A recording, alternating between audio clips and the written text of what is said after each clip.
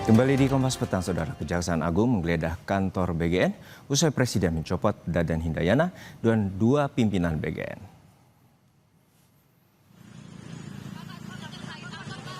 Sejumlah penyidik dari Jampitsus tiba di kantor BGN untuk melakukan penggeledahan soal perkara yang menyebabkan Dadan Hindayana dan dua wakil kepala BGN, Sony Sanjaya dan juga Ludwig Busung, dicopot dari jabatannya. Penggeledahan dilakukan di tengah sorotan terhadap lembaga yang mengurusi program unggulan Presiden Makan Bergizi Gratis atau MBG. Terkait penggeledahan yang dilakukan Mensesnek meminta publik memberi waktu untuk penegak hukum untuk bekerja.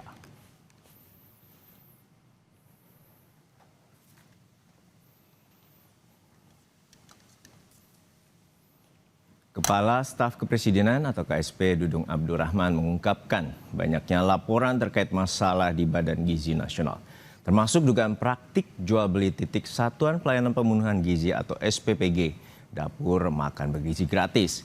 Dudung mengatakan Presiden Prabowo juga mendapatkan informasi dan masukan soal temuan masalah itu.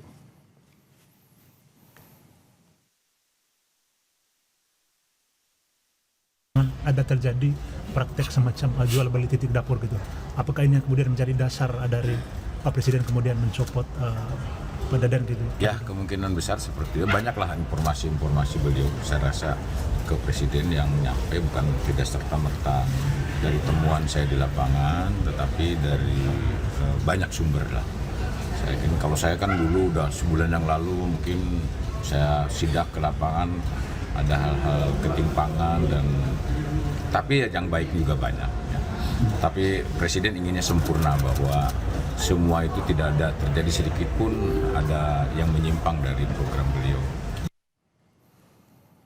Presiden Prabowo Subianto mencopot Kepala BGN Dadan Hindayana sebagai evaluasi dan perbaikan tata kelola MBG. Selengkapnya kita akan membahasnya bersama juru bicara DPP Partai Gerindra, Bahtra Banong, dan juga Direktur Eksekutif Carta Politika Indonesia, Mas Yunarto Wijaya. Selamat sore Bapak-Bapak, semoga sehat selalu. Saya ke Bang Bahtra dulu. Bang Bahtra, untuk saat ini ada waktu sekitar 12 jam penggeledahan telah dilakukan oleh Kejagung di kantor BGN. Kita mengetahui bahwa KSP juga membenarkan atau mengungkap ada salah satu faktor terkait dengan dugaan korupsi penjualan titik SPPG. Untuk saat ini apa informasi yang bisa diinformasikan terhadap publik? Apakah benar dugaan korupsi ini berkaitan sama SPPG? Ya, tentu kalau berkaitan soal mengenai isu-isu yang berkembang terkait dengan dugaan, sepenuhnya kami menyerahkan kepada pihak yang berwenang untuk kemudian melakukan proses-proses itu, dan kami menghargai setiap proses-proses yang dilakukan oleh pihak penegak hukum untuk terus kemudian mencari tahu apa sebetulnya yang terjadi di sana. Namun yang pasti kami ingin menegaskan bahwa pergantian kepala BGN ini dari Presiden Prabowo Subianto murni hasil evaluasi selama 1,5 tahun ini. Kemudian Presiden memiliki kewenangan untuk kemudian mengevaluasi jajaran pemerintah yang dianggap bahwa selama kinerjanya masih perlu perbaikan, selama kinerjanya masih perlu peningkatan, baik itu dari segi institusi BGN-nya sendiri, begitupun bagaimana pelayanan di SPPG, dan kemudian bagaimana peningkatan menu yang selama ini dikeluhkan oleh banyak pihak. Dan itu juga membuktikan bahwa Presiden hari ini tidak anti kritik, tidak anti terhadap setiap masukan-masukan yang diberikan oleh publik. Terus kemudian itu juga bisa menjadi rujukan Presiden untuk perbaikan-perbaikan di pemerintahan yang sedang beliau pimpin. Ya, Bang Bahtra, untuk saat ini memang kita mengetahui bahwa instruksi Presiden terhadap KSP ini telah berlangsung pada awal Mei lalu, dan celah korupsi itu juga telah diendus oleh pihak KSP dan melakukan evaluasi. Dan ini merupakan salah satu proses di mana pencopotan Kepala BGN ini menjadi salah satu dugaan bukti. Nah, untuk seperti ini, seperti apa sebenarnya pengawasan yang telah dilakukan KSP dan sehingga ada rentetan dan juga proses pengungkapan adanya celah penyimpangan MBG? Saya pikir Presiden melakukan pergantian itu artinya mengevaluasi secara menyeluruh ya, karena ini kan adalah program prioritas Presiden. Presiden ingin agar bagaimana pelayanan SPPG ini bisa secepatnya berjalan di seluruh pelosok Indonesia, terus kemudian bagaimana penerima manfaat ini bisa makin banyak, dan ini menjadi harapan besar karena di mana-mana di daerah-daerah, misalnya masih banyak yang terutama daerah terpencil belum terlayani dengan baik. Oke. Maka dari itu Presiden tentu mengganti kepala BGN agar harapan baru kepada kepala BGN yang baru ini bisa Oke. kemudian diselesaikan, atau ada percepatan lah untuk kemudian bagaimana bukan Oke, hanya soal saya penerimaan manfaat, tapi baik, terima kasih. BGN-nya juga bisa makin baik. Baik, kami catat poinnya. Untuk Mas Toto, kita melihat bahwa ada langkah yang dilakukan oleh Presiden langsung mencopot kepala BGN dan diganti oleh pimpinan baru, yaitu wakilnya, yaitu Ibu Nani Sdiang dan juga sejumlah jajaran dari wakilnya. Untuk saat ini dari wakil BPKP dan juga mantan wakil direktur utama PT Agrinas. Menurut Anda, apakah langkah ini efektif untuk mencegah penyimpangan yang terjadi di program MBG? Pertama kita apresiasi dorongan untuk memperbaiki tata kelola MBG, termasuk salah satunya pergantian kepengurusan atau struktur kepemimpinan di BGN, termasuk proses hukum yang sedang dilakukan oleh Kejaksaan Agung ya. Tapi apakah ini berarti menyelesaikan masalah? Saya pikir jauh. Catatan kritisnya pertama kalau terkait dengan pergantian dari Dadan yang dianggap bermasalah adalah bagaimana berarti selama ini proses penentuan pemimpinan dari program prioritas Presiden terkesan asal-asalan. Dan ini sudah sesuai dengan kritik dari masyarakat ketika berbicara mengenai latar belakang Dadan yang tidak terkait dengan program gizi. Dan kita tahu sekarang Bu Nani sendiri juga tidak punya latar belakang di bidang gizi. Itu catatan kritis dari pergantian ini. Yang kedua, saya pikir jangan-jangan ini bukan masalah di kepalanya saja. Jangan-jangan ini harus jadi evaluasi ulang di programnya sendiri. Kalau kita lihat apakah market merespon positif dari pergantian yang dikatakan sebagai kejadian besar di tanah air, tidak. Kita lihat IHSG kita hari ini turun 4,106%. Dan itu kalau dikaitkan dengan MBG mungkin nanti bisa dikatakan tidak terkait. Ada keterkaitannya. Penurunan IHSG kita salah satu yang terburuk di dunia dari bulan Januari sampai bulan Juni, salah satunya disebabkan oleh penurunan outlook investment dari lembaga kredit internasional, Moody's dan Fitch, yang dalam rekomendasinya menjelaskan mengenai belum adanya transparansi dari program baru bernama MBG yang menyerap anggaran sangat besar. Dan itu kalau kita lihat kan menjadi catatan kritis dari hampir semua ekonomi Indonesia mengatakan bahwa jangan-jangan memang ada yang salah dari program ini. Kita mengejar angka kuantitatif sebesar-besarnya yang seperti tadi Abang sebutkan tadi, jubir dari Gerindra sebutkan tadi. Karena sebetulnya kan program utama dari Pak Prabowo ini bukan mengejar angka tertinggi di dunia sebesar-besarnya jumlah SPPG, tapi meningkatkan gizi yang kalau kita lihat datanya, tadi Abang juga sudah menjelaskan loh, ternyata daerah terpencil banyak yang tidak mendapatkan. Itu sesuai dengan data dari BGN sendiri. SPPG yang dibuka ternyata lebih banyak di daerah yang tidak berkorelasi dengan daerah gizi buruk. Yang terjadi adalah obral SPPG menyerap anggaran yang sangat besar, bahkan mengambil banyak pos anggaran termasuk pendidikan. Saya pikir yang harusnya dievaluasi secara lebih menyeluruh dibandingkan sekedar pergantian personil. Baik, saya ke Bang Batra. Bang, untuk saat ini merupakan sebuah catatan yang cukup fundamental terjadinya misalnya dugaan kuat adanya jual beli praktik titik SPG atau dapur MBG. Menurut Anda evaluasi ini sudah cukup menyeluruh dengan penggantian dan apakah ini masih ada beban terkait sama pengawasan dan hanya didasari oleh Perpres? Apakah membutuhkan sebuah undang-undang agar program MBG ini juga memiliki sinergitas dan juga kepastian hukum terkait dengan program? Ya, saya pikir sebenarnya ini kan sudah berjalan dengan cukup baik daerah-daerah ya. Agak keliru juga kalau misalnya dianggap bahwa program MBG sama sekali tidak ada manfaatnya sebagaimana yang disampaikan oleh Mas Yunarto tadi, seolah-olah tidak tepat sasaran. Kalau Anda tahu, saya seringkali turun, kami dari Partai Gerindra diperintahkan oleh Pak Prabowo seringkali disuruh turun mengecek ke lapangan.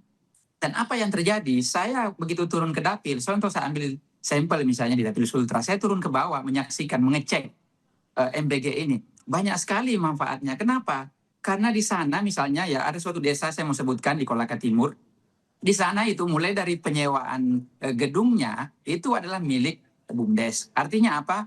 Dengan sendirinya BUMDes bisa berpenghasilan. Selain itu, bahan baku dari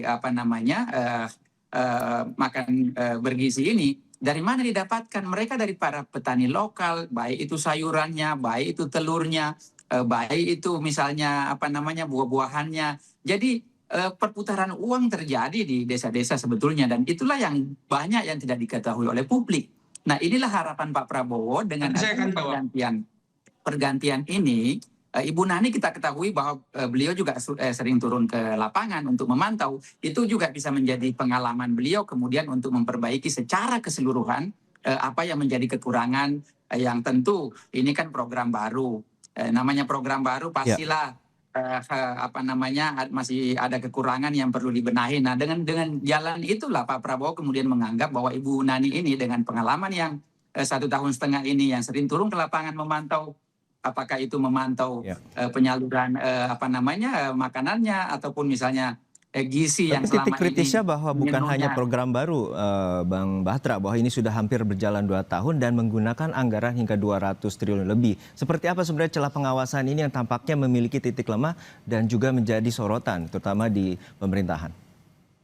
Ya, tentu pemerintah ya dengan program yang seperti ini, Pak Prabowo seringkali melakukan evaluasi. Itulah buktinya kenapa dilakukan pergantian hasil dari evaluasi yang selama ini sudah berjalan selama 1,5 tahun ini. Artinya banyak yang harus dibenahi, harus diperbaiki karena ini program baru.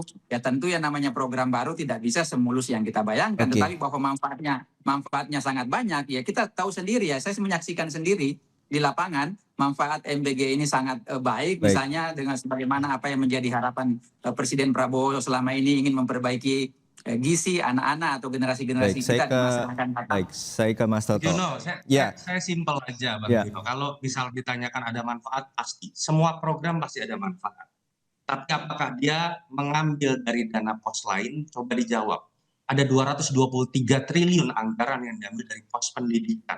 Ketika kita tahu masih banyak masalah dalam infrastruktur dan gaji guru. Ada 269 triliun yang diambil dari anggaran TKD, transfer ke daerah di seluruh Indonesia. Apakah daerah tidak memiliki banyak masalahnya di luar masalah pemenuhan gizi? Banyak. Pertanyaan saya selanjutnya adalah, pernah nggak BGN menjelaskan kenapa targetnya adalah 82,9 juta? Kategorinya apa? Apakah memang membutuhkan seperti itu? Contoh, dijawab silakan, Bang. Jumlah kemiskinan yang diakui oleh BPS adalah 23,36 juta.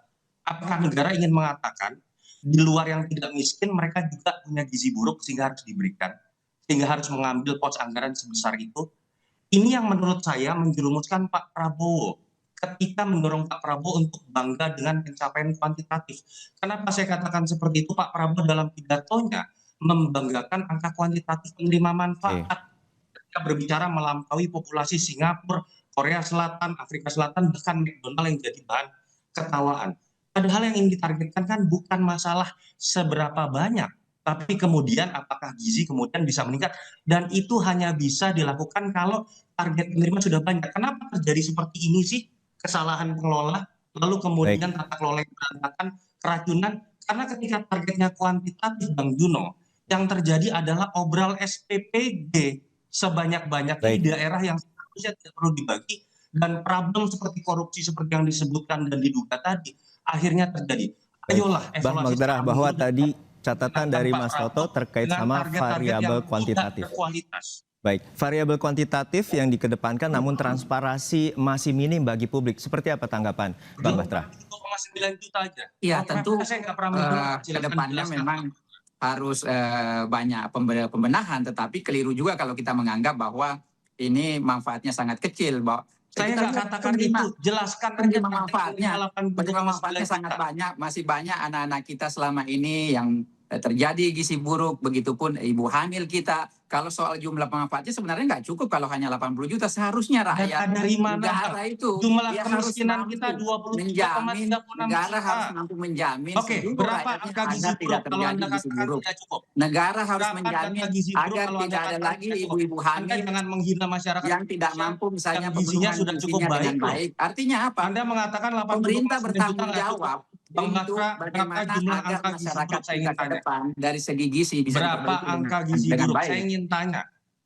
Ini bukan Jadi masalah adu sangat retorik. keliru kalau dianggap bahwa Oke, seolah-olah Mas ini Toto. adalah program pemborosan. Solusi apa sesuatu fundamental yang harus manfaatnya dilakukan oleh sedikit pemerintah? Silakan Mas Toto. Singkat Buat saja. saya satu, masalah transparansi. Transparansi dimulai dari perencanaan yang transparan. Target yang memang sebagaimana mestinya. Saya yakin kalau memang diberikan kepada sebagaimana mestinya, jangan-jangan 30.000 per porsi pun kita akan relakan pajak kita. Tapi jangan main diumbar-umbar, lalu kemudian sasaran targetnya tidak tepat. Gizinya belum tentu terpenuhi, yang pasti untung adalah pengusaha Baik. SPPG. Itu yang terjadi nggak bisa dibantah. Baik, Kedua, pemerintah. jangan berhalakan program MBG ini seakan-akan tidak bisa dikritik karena dia adalah program Oke, kami prioritas catat. pemerintah. Itu yang Baik. menurut saya menjadi sangat Baik, tentu sangat- program MBG memiliki cita-cita mulia untuk memberikan manfaat dan juga namun ada catatan terkait dengan fundamental transparansi dan juga kualitas dari pemenuhan program MBG bagi masyarakat. Terima kasih sekali lagi Bang Bahtra Banong, juru bicara Partai Gerindra, dan juga Mas Yunarto Wijaya, Direktur Eksekutif Carta Politika, telah berbagi perspektif bersama kami di Kompas Petang. Sehat selalu Bapak-Bapak.